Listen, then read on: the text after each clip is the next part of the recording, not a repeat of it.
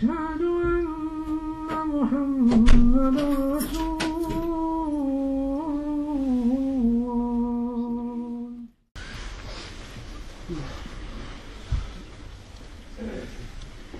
بسم الله والحمد لله والصلاة والسلام على رسول الله sallallahu alayhi wa sallam. Allah nous dit dans le sens d'un verset: dis, ô vous les gens, je suis le messager d'Allah pour vous tous. Mes chers frères, mes chères sœurs, la semaine passée, nous avions parlé du miracle de la naissance du prophète sallallahu alayhi wa sallam, et que ça a été cause que cette naissance a été cause que les gens sortent des ténèbres de l'ignorance vers la lumière du savoir, de l'adoration des créatures vers l'adoration du Créateur seul. Donc les personnes qui ont suivi et qui ont soutenu le prophète sallallahu alayhi wa sallam et qui l'ont aimé, ce sont eux qui ont eu le succès complet. Ce sont eux qui ont réussi. Mais en réalité, il faut se demander, en tant que suiveur du prophète alayhi salatu wa sallam, quel est son droit? Qu'est-ce qui nous est demandé de faire? Mes chers frères, mes chères sœurs, il nous est demandé de lui ressembler dans ses paroles, mais aussi dans ses actes, dans ses qualités, dans son comportement. Mais aussi il est demandé de l'aimer, ce prophète sallallahu alayhi wa sallam, d'avoir l'amour du prophète alayhi salatu wa sallam. Mais attention, pas d'amalgame. L'amour du prophète alayhi salam, ça signifie pas que quand j'entends son nom, par respect, je mets ma main sur mon cœur en disant l'amour du prophète, elle est dans mon cœur. Certains font ça, mais il oublie de prier sur lui. C'est-à-dire que la personne, elle met la main sur son cœur en entendant le nom du prophète alayhi salam, mais elle ne prie pas sur lui. Elle oublie de prier sur lui. Alors que ce qui est demandé, c'est quand on entend le nom du prophète Muhammad sallallahu alayhi wa sallam, c'est de prier sur lui. C'est d'invoquer les salutations et les bénédictions d'Allah sur lui. C'est ça qui est demandé. De dire Allahumma salli ala Muhammad. Ou bien de dire Allahumma salli ala Sayyidina Muhammad. Oh Allah, prie sur notre maître Muhammad. Et encore, il y a certaines personnes qui disent non, il ne faut pas dire notre maître Muhammad. Pourquoi? Ce n'est pas notre maître? Les gens, quand on s'interpelle ou on interpelle une personne qu'on ne connaît pas, on dit monsieur. Pour certains, on appelle les gens importants majesté. Et notre prophète, c'est pas le maître des gens, c'est pas la personne la plus importante pour nous. On ne pourrait pas lui dire maître. Alors est-ce que de dire bid'a c'est vraiment réel? Alors le prophète alayhi salatu wa salam, il nous dit je suis le maître des fils d'Adam. Et ce n'est pas une vantardise dans le sens du hadith, je suis le maître des fils d'Adam. Donc mes chers frères, mes chères sœurs, la personne qui met la main sur son cœur en entendant le nom du prophète alayhi salam et oublie de prier sur lui, c'est complètement contradictoire avec le Coran et la sunna du prophète alayhi salam. En effet, Allah Azza wa Jal nous dit dans le sens du verset, Allah et ses anges prient sur le prophète. Ô vous qui croyez, priez sur lui, invoquez des prières sur lui, la salutation, et invoquez des salutations sur lui. C'est un ordre. Ya ayyuhalladhina amanu, sallu alayhi, priez sur lui, c'est un ordre. Wa sallimu taslima. En réalité, quand on prie sur le prophète alayhi salam, qui est-ce qui profite de cette prière? Est-ce que en priant sur lui, ça va rajouter des choses en plus au prophète sallallahu alayhi wa sallam? Non, jamais. Le prophète alayhi salam, il n'a pas besoin de nos prières. Allah a pardonné ses péchés, passés, présents et futurs. Allah lui a pardonné. Mais en réalité, quand on prie sur le prophète, c'est nous-mêmes qui profitons de cela. En effet, le prophète alayhi salam, il nous dit dans le sens du hadith, celui qui prie une fois sur moi, Allah prie sur lui 10 fois. Allahu Akbar. Quand on dit sallallahu alayhi wa sallam, tu pries une fois sur le prophète, Allah il prie sur toi 10 fois. Quand tu pries 10 fois sur le prophète, Allah il prie 100 fois sur toi. Allahu Akbar. Donc c'est nous qui profitons de cela, de la prière du prophète sallallahu alayhi wa sallam. On prie sur lui, pas pour son besoin, mais parce qu'on en a besoin nous-mêmes. Et on lui donne de l'importance. Et on aime le prophète alayhi salam, et c'est une cause qu'il va intercéder pour nous le jour du jugement. Le prophète alayhi salam, il va intercéder pour celui qui prie sur lui. Il va le défendre le jour du jugement. Donc en réalité, qu'est-ce qui est demandé en tant que suiveur du prophète alayhi salam? C'est de le suivre dans ses paroles, mais dans ses agissements aussi.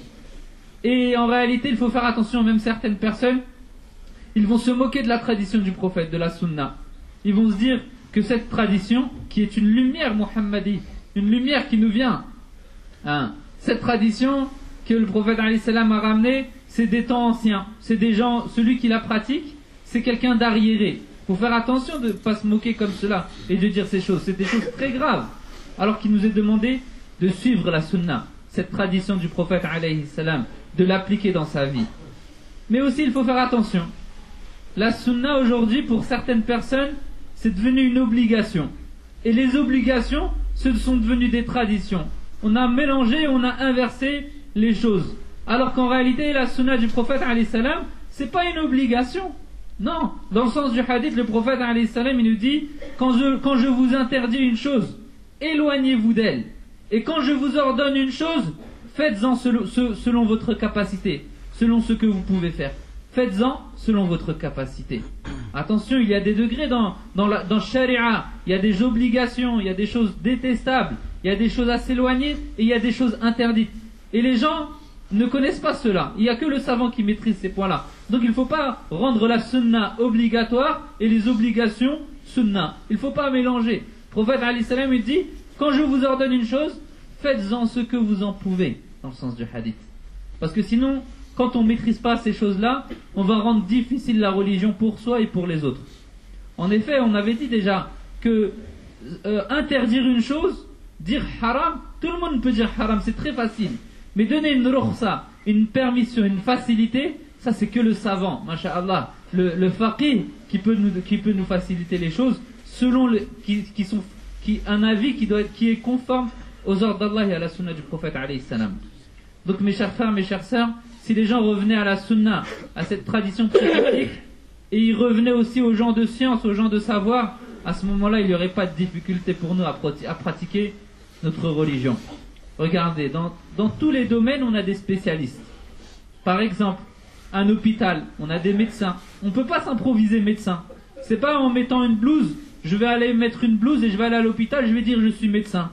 Non, ou bien je vais aller au tribunal, je vais me proclamer avocat. Ça se fait pas comme ça. On va vous demander de quelle école sortez-vous, de quel diplôme avez-vous acquis. Sauf dans la religion, subhanallah. Tout le monde aujourd'hui il s'improvise savant. Tout le monde il dit des avis juridiques, il s'improvise savant et il donne des fatwas à tout bord. Et ça c'est une grande catastrophe en réalité, parce que c'est ce qui rend difficile, on rend difficile la religion aux gens, subhanallah. Alors que regardez l'exemple prophétique du prophète alayhi salatu wassalam. Quand il a envoyé Mu'adh ibn Jabal radiyallahu anhu au Yémen, il l'a envoyé, il lui a demandé de faire plusieurs choses, mais il a fonctionné par étapes. Il lui a dit la première des choses, appelle-les à la parole la ilaha illallah. Appelle ces gens du Yémen à l'unicité d'Allah, qu'ils aient cette croyance d'Allah, que Allah il est unique. Ensuite la deuxième chose, appelle-les à la prière. Ensuite appelle-les aux jeunes, appelle-les à l'aumône. C'est des étapes que le prophète alayhi salatu wassalam, il lui a demandé de faire, par étapes. Mais nous malheureusement, le premier jour où une personne elle arrive, elle vient à l'islam, on lui expose tout, on lui dit écoute faut faire comme ça, et presque on va l'éloigner parce que c'est trop dur. On ne peut pas rendre les choses difficiles comme ça, c'est pas la sunna du prophète alayhi salam. Donc mes chers sœurs, en réalité il faut suivre le prophète alayhi salam dans sa parole, dans sa da'wah, comment il appelait les gens à Allah subhanahu wa ta'ala, dans ses qualités. En effet, il ne parlait pas à tout le monde de la même manière. Suivant la personne qu'il avait en face de lui, il s'adressait d'une manière selon son niveau. Parce que tout le monde, il n'a pas le même niveau en réalité. Il y a une différence entre un nouveau musulman et un ancien qui est dans l'islam. Même une fois, il y a un homme, il est venu voir le prophète, il lui a dit, Ya Rasulallah, donne-moi un conseil qu'Allah il aime et que son prophète il aime. Donne-moi un conseil. Il lui a dit, préserve-toi des gens, ne demande pas aux gens, et à ce moment-là, les gens vont t'aimer. Dans le sens du hadith. Et là, malheureusement, on voit aujourd'hui les gens, ils viennent à l'islam, nous on va les éloigner avec des avis qu'on ne maîtrise même pas. Comme l'exemple d'une fois, il y a un cadre, une personne qui était bien placée dans la société, elle s'est convertie, et ensuite, dans sa main, elle avait une montre en or. Et le cheikh qui a fait cette conversion, on lui a dit, va lui dire qu'il a une montre en or, que c'est interdit. Et le cheikh, par sa science, il a pas osé lui dire. Il lui a dit non, ça, la montre en or, ça c'est la 100e étape, c'est à la 100e étape. Ça, c'est pas la priorité pour lui d'enlever sa montre. D'abord, il y a la croyance en Allah, il y a l'unicité, après il y a d'autres piliers, mais tout se fait par étapes. Aujourd'hui, une personne a rentré en jean à la mosquée, ou bien avec une paire de Nike, ou bien avec tel ou tel habit, nous on va la critiquer. Alors qu'en contraire, il faut la laisser rentrer, viens, rentre dans la mosquée, viens prier. C'est au fur et à mesure que cette personne-là va changer.